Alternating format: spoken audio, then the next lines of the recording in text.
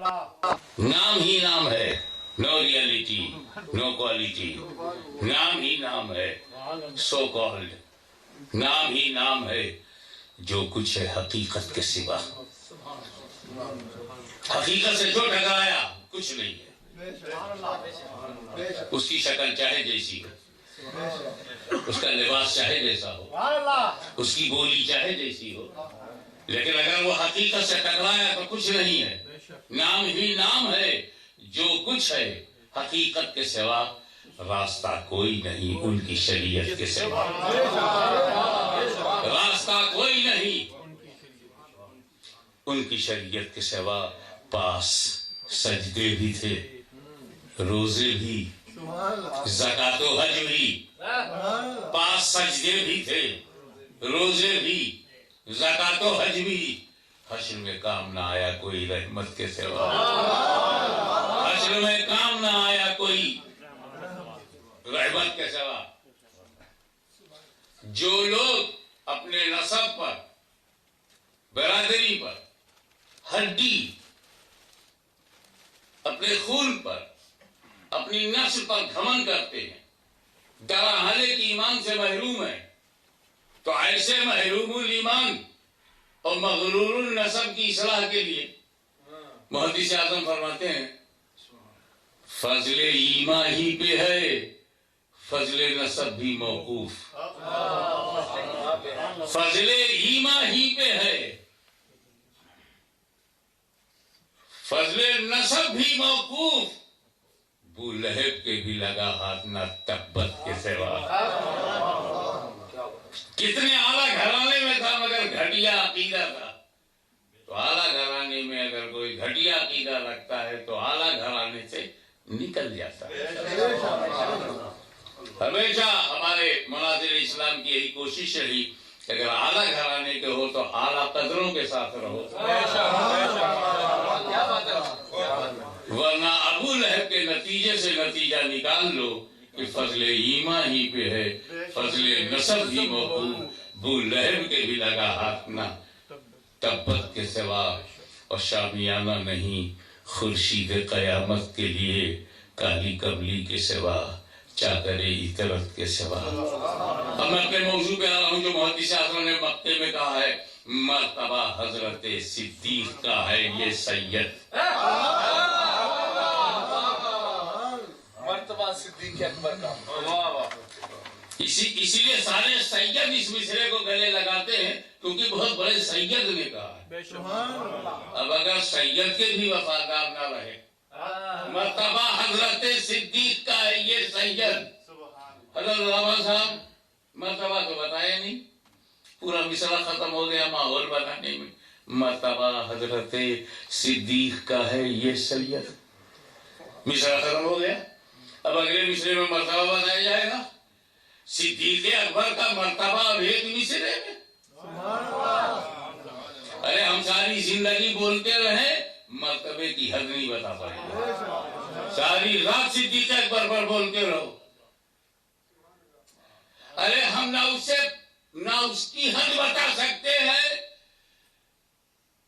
جو سب سے بڑا ہے خدا کے بعد، تو اس کی حد بھی نہیں بتا سکتے جو سب سے بڑا ہے نبیوں کے بعد۔ مگر محدث اعظم ایک مصرے میں کوشش کر رہے ہیں، ایک مصرے میں صدیق اکبر، وہ صدیق اکبر جس کی صبح و شام پر سید کائنات کی نظر ہو، ایک مصرے میں۔ اچھی طرح سمجھو، ہر صحابی رسول کا ساتھی، ہر صحابی رسول کا ساتھی۔ دیکھیں اس کو شیخ اسرار صاحب کیچ کرتے نہیں، ہر صحابی رسول کا ساتھی، لیکن صدیق ایسے ساتھی کہ ساتھ کو ناز ہے، ایسے صحابی کی مصاحبت کو فخر ہے، ایسے یار ہیں کہ یاری کو ناز ہے۔ ساتھ ہو تو ایسا ہو، صدیق جیسا ساتھی ڈھونڈ کے لاؤ 1.25 لاکھ میں، ہر ایک سڑکوں پہ ہم لوگ تو نعرہ نہیں لگاتے، سارے صحابہ ہمارے ہیں، صرف نعرے تک نہیں لگتے، ہم سب کو حق مانتے، نام لے کے کہتے ہیں کہ حضرت امیر معاویہ حق ہے۔ آپ بھی بولو ہماری طرح، امیر معاویہ صحابی ہیں، حضرت ابو سفیان صحابی ہے، حضرت ہندہ صحابی ہے، حضرت وحشی صحابی ہے، بولو حق سب یار، نام لے کے بولو۔ ابھی ہم آپ کو بتائیں گے کہ نعرہ بنتا کب ہے اور بناتا کون ہے۔ عقیدہ اور ہے، نعرہ پہچان ہے۔ آپ ذرا غور فرمائیے کہ سب بھی کہو اور اندر سے میلان قلب بھی نہ ہو، اعتراف عظمت صحابیت بھی نہ ہو، ماضی لے کے بیٹھ جاؤ۔ یاد رکھیے ہر صحابی رسول کا ساتھی ہے، لیکن صدیق جیسا ساتھی ڈھونڈو۔ کہاں ساتھ چھوٹا، کب ساتھ چھوٹا؟ اعلان نبوت ہے صدیق ساتھ، مصطفیٰ کے مظالم ہو رہے ہیں نہ صدیق ساتھ، ہجرت کی رات صدیق کا ہاتھ، نبی کا ہاتھ، مولا علی سے کہا بستر پہ سو جاؤ، صدیق سے کہا ساتھ، کسی کو بستر دیا کسی کو ہاتھ، ذمہ داری دونوں کو دی تاکہ سمجھے کہ یہ دونوں ذمہ دار ہیں، سنیوں کے تاجدار ہیں، ایک میرے بستر پر ایک میرے ہاتھ میں۔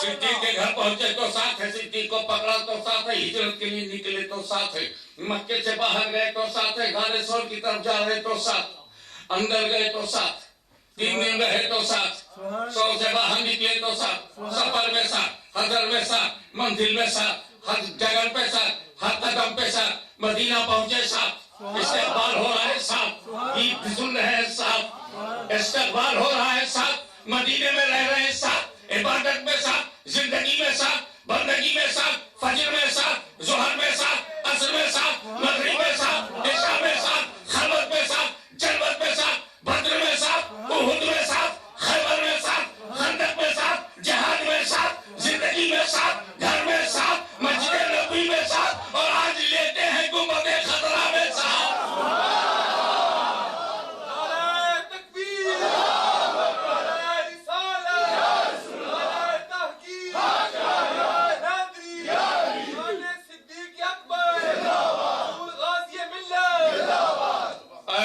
ساتھی دنیا میں ساتھ، مکے میں ساتھ، گنبد خضرا میں ساتھ، قبر میں ساتھ، محشر میں ساتھ، جنت میں ساتھ، ایسا ساتھی دوسرا لاؤ، اور نہ لا سکو تو انہی کو افضل الصحابہ مان لو۔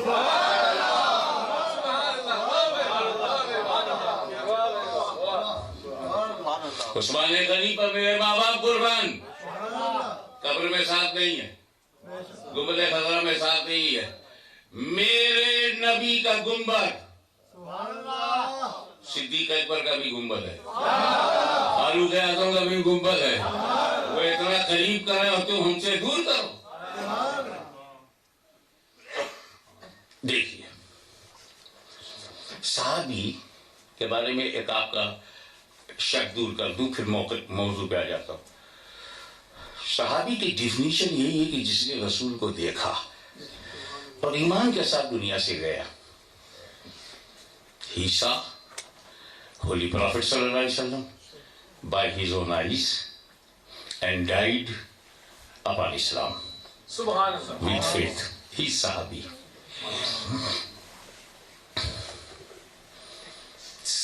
You see, I want to show the importance and dignity of Sahabi in new generation. تو رسول کو دیکھا، ایمان کے ساتھ گیا، صحابی۔ یہ ہو گیا ڈیفینیشن آف صحابی۔ عقیدہ یہ ہے کہ ہر صحابی، ایوری صحابی غوث و خواجہ سے بھی افضل ہے۔ ہم نے کہا دو بڑے نام لے لو تاکہ مجھے زیادہ نہ بولنا پڑے۔ جب غوث اعظم سے افضل ہے، غریب نواز سے، داتا گنج بخش سے افضل ہے، تو باقی لوگوں کا ذکر کیا؟ یہ ہوا تو صحابی کا درجہ۔ اب مثال دے رہا ہوں یہ، for example, for your understanding, ایک آدمی فرض کرو میرے نبی کے پاس برٹش ٹائم سے 11 بجے آیا، 11 o'clock arrived to Holy Prophet اور became Muslim۔ کئے بجے؟ what time؟ 11 o'clock، اور 12 بجے مر گیا۔ ایمان کے ساتھ گیا نا، 11 بجے ایمان لائے، 12 بجے انتقال ہو جائے تو مدینہ منورہ میں 11 اور 12 کے بیچ میں نہ فجر ہے، نہ ظہر ہے، نہ عصر ہے، نہ مغرب ہے، اور افضل ہے غوث اعظم سے، افضل ہے غریب نواز سے، افضل ہے داتا گنج بخش سے۔ مجھے بتاؤ کس عمل نے افضل بنایا؟ نماز اس نے پڑھی نہیں تھی، ایک رکعت نماز نہیں پڑھا اور افضل غوث اعظم سے۔ کیوں؟ 10 بجے ایمان لایا، 11 بجے انتقال ہو گیا، نماز کا وقت ہی نہیں تھا، نماز پڑھا ہی نہیں تھا۔ 1 گھنٹے میں نہ روزہ ہے، نہ 1 گھنٹے میں حج ہے، نہ 1 گھنٹے میں زکات ہے، بغیر زکات کے، بغیر عمل کے۔ تو اس کا مطلب یہ ہوا کہ اس کا جو درجہ ہے اس کے عمل سے نہیں ہے، نگاہ مصطفیٰ کا فیضان ہے، وہ نبی کی نظر سے بنا ہے، اور نبی کی نظر ہر ولی کے عمل پہ بھاری ہے۔ تو صحابی عمل سے نہیں بنتا، صحابی عمل سے نہیں بنتا۔ نبی کو دیکھے محبت سے، مر جائے ان کا اسلام لے کر، ایمان کے ساتھ وہ صحابی ہے۔ تو عقیدے سے بنا، دیدار سے بنا، نظر سے بنا، آنکھوں سے بنا، عمل سے نہیں۔ تو جب صحابی عمل سے بنتے ہی نہیں تو ان مولویوں کو سمجھاؤ صحابی کے عمل پہ بحث مت کرو۔ وہ جمل میں کیوں تھے، وہ سپی میں یہاں سے جمل میں ادھر سے ادھر سے، عمل پہ بات مت کرو۔ وہ صحابہ ہیں، عمل سے نہیں بنے، مصطفیٰ کی نظر سے بنے ہیں۔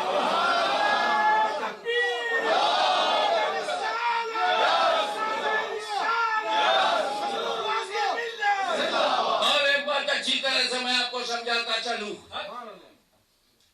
مجھے اسے چیک کرنا ہے، میں پتہ لگاؤں گا بنا کس سے ہے، میٹل سے بنا ہے، میٹل چیک کروں گا۔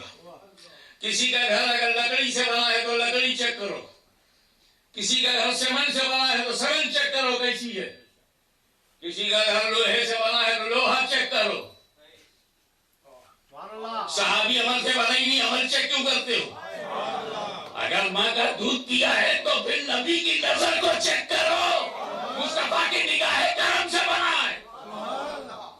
کسی میں ہمت نہیں جو رسول کی نگاہوں کو چیک کرے، تو اس میں ہمت نہیں ہونی چاہیے کسی صحابی پر انگلی اٹھانے سے پہلے اپنی حیثیت دیکھ لینا چاہیے۔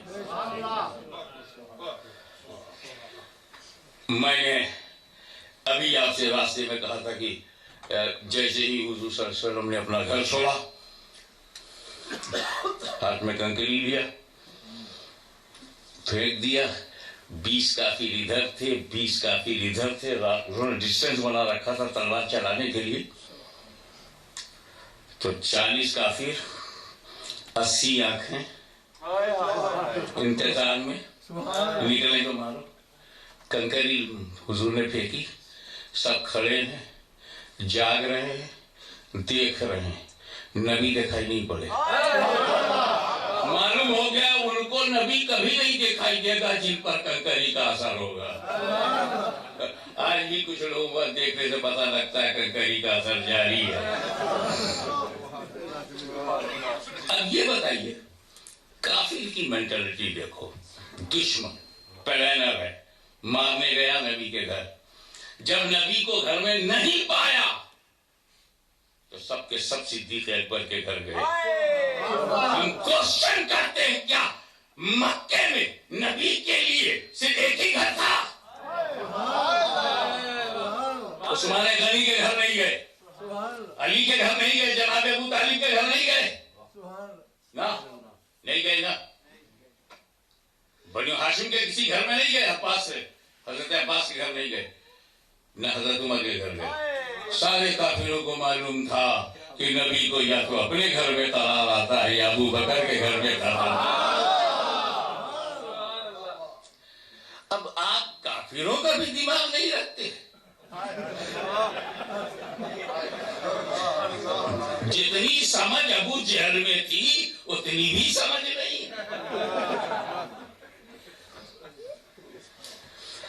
جتنا کافروں کے علم میں تھا کہ نبی اور صدیق کا گہرا تعلق مکے کے کافروں کو پتا ہو اور علم رکھنے والوں کو پتہ ہی نہ ہو. اور پھر جب وہاں سے وہ نکلے ہیں تو اس بات کو میں پھر دہراؤں گا. اس کو ایک صاحب نے ٹویسٹ کیا اور اس کو بدل دیا, میرے ارادے کو, میرے مفہوم کو. موقع ملا ہے کہ حضور مناظر اسلام کے روبرو پیش کرنے کی مساعدت ہو رہی ہے. وہ یہ کہ حضور صلی اللہ تعالی علیہ وسلم کا معجزہ تھا, اور آج ہم اپنی آنکھوں سے دیکھتے ہیں کہ رسول پاک جب پتھر پہ پیر رکھیں تو نشان بن جائے, اور جب کیچڑ یا نم مٹی پہ پیر ڈالے رسول تو نشان نہ بنے. کیا مطلب؟ جہاں لوگوں کا نشان پڑتا ہے, ہم اگر کیچڑ میں پیر ڈالیں تو ہمارا بنے گا, آپ کا بنے گا, نبی کا نہیں. اور ہم پتھر پر کھڑے کھڑے مر جائیں نشان نہیں بنے گا, مگر نبی کا بنے گا. پتھر بھی سمجھا رہے ہیں کہ نبی تمہاری طرح نہیں ہے. اگر کوئی اپنی طرح سمجھے تو سمجھ جائے یہ پتھروں سے بھی گیا گزرا. یہ بشر کے لائق کیا ہوگا, یہ حجر کے لائق نہیں. تو اب کافر تو ٹو میں لگے ہوئے, کھوج میں لگے ہوئے, ڈھونڈ رہے ہیں کہاں گئے. اپنے گھر میں نہیں ہے, ابو بکر صدیق کے گھر میں نہیں ہے, تو ہے کہاں. نکلے کیا, مکے سے نکلنے نہ دو. اب اگر حضور صدیق کو لے کے چلے, اب مصلحت حکمت رسول. ابو بکر صدیق سے کہا, ابو بکر you put me on your shoulder, کاندھے میں بٹھا لو. خود کہا. اب اسے بڑی حکمتیں ہیں, ایک دو میں بتا دیتا ہوں, باقی محشر میں تو ساری حکمتیں معلوم ہو جائیں گی.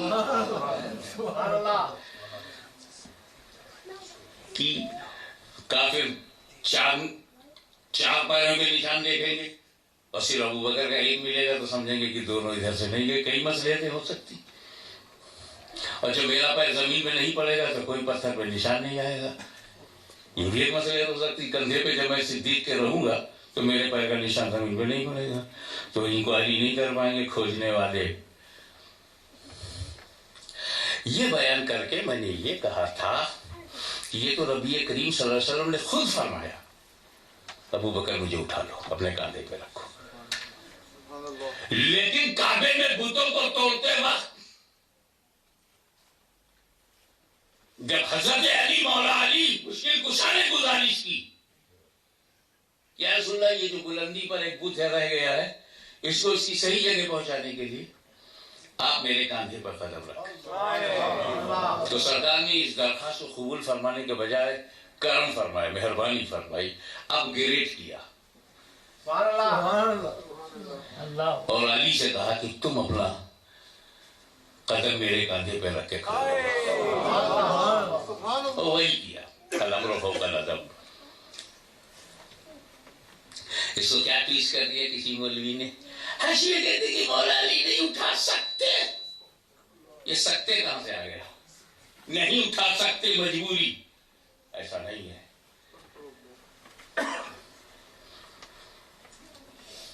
فیصلے نبی کے اس رخ کے ہوتے ہیں, علی سے بہتر کون جانتا ہے. وہاں تو یہ بتانا تھا علی, جب تم پر آفات تھے تم پر بدعقیدوں کی یلغار ہوگی تو میرا عمل تمہاری عظمتوں کی حفاظت کرے گا کہ علی کسی ایسے ویسے کے اٹھائے ہوئے نہیں ہیں، یہ اللہ کے گھر میں رسول اللہ نے بلند کیا ہے۔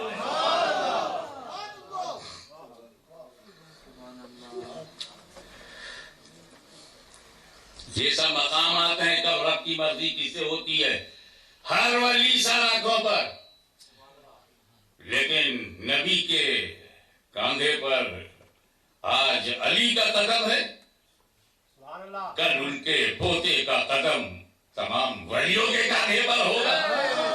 یہ سب مقدر کے فیصلے ہیں۔ میں نے یہ کہا کہ جس صدیق نے بارے نبوت کو اپنے کاندھے پہ اٹھایا ہو، نبی کو کاندھے پہ لے کے چلا ہو، اس نے بارے نبوت کو اپنے کاندھوں پہ اٹھایا ہو، جملہ دے رہا ہوں کہ جس صدیق نے جیتے جی بارے نبوت اٹھایا ہو، اس کی زندگی میں کسی کی ہمت نہیں کہ بارے خلافت اٹھا لے۔ اس کی زندگی میں کسی میں ہمت نہیں کہ بارے خلافت اٹھا لے۔ اٹھا لیا مصطفیٰ کو، پہنچا دیا گھر میں، روک دیا نبی کو، سرکار آپ یہیں ٹھہر جائیے، میں پہلے جاؤں گا، کوئی خطرہ ہو تو میں، رسک ہو تو میں، کوئی ڈینجر پوزیشن ہو تو میں۔ آج کل کے مریدوں کی طرح نہیں حضور پہلے آپ، جو ٹینشن ہو پیر صاحب کو، گھر میں جن ہو تو وہی دیکھیں، بھوت پریت ہو تو وہی مقابلہ کریں، میں سیف رہوں۔ یہ اپنے آقاؤں کو آگے بڑھا کے پچھلی گلی سے نکلنے کی عادت یہودیوں کی ہے۔ جاؤ تم، تمہارا خدا لڑے، یہ مصطفیٰ کی امت ہے۔ جو جان مانگو تو جان دے دیں، جو مال مانگو تو مال دے دیں، مگر یہ ہم سے کبھی نہ ہوگا نبی کا جاہو جلال دے دیں۔ اندر گئے، جو ربش تھی، کچرا تھا، کوڑا کرکٹ تھا، غار کے اندر جو سوراخ تھے وہ سب بند کیا، صاف کیا، اور جب غار نیٹ اینڈ کلین ہو گیا تو اندر ہی سے بولے یا رسول اللہ غار صاف ہو گیا، تشریف لائیے۔ حضرت ایک جملہ آ رہا ہے کہ ایک معمولی سے غار میں بغیر صدیق کے نبی گئے نہیں، تو کسی کے دل میں بغیر صدیق کے کیسے جائیں گے؟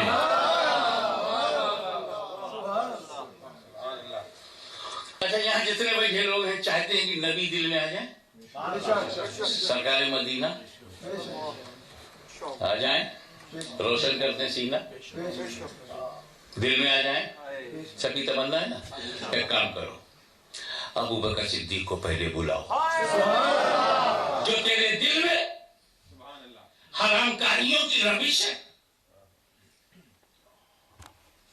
بدعنوانیوں کے جو کچرے ہیں، بدعتوں کے جو سوراخ ہیں، بدعمالیوں کی جو نشانیاں ہیں، صدیق اکبر آئیں گے صاف کر دیں گے۔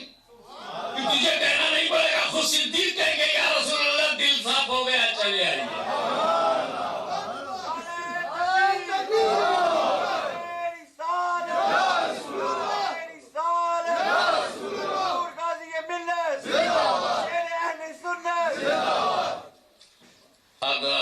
ہمارے یہاں بہت مشہور بات ہے، limited fact, I think it is a universal truth۔ لوگ بولتے ہیں نا، ہمیں جہاں کی مٹی ہوگی وہیں مرے گا، ایسا نہیں بولتے کہ وہیں دفن ہوگا جہاں کی مٹی ہوگی۔ ہمارا ایک نہایت بدبودار آدمی تھا، اس کا جہاز میں، پانی کے جہاز میں ہو گیا انتقال۔ کوئی لا ہے کہ جو پانی کے جہاز میں لاش کو رکھ نہیں سکتے، اس کو سمندر میں ڈال دیا۔ بولے پہنچی وہیں پہ خاک، پہنچی وہیں پہ خاک، یہاں کا خمیر تھا، سائن کر کر کے کھاتے رہے، پیتے رہے، انگلینڈ کا مزہ لیتے رہے،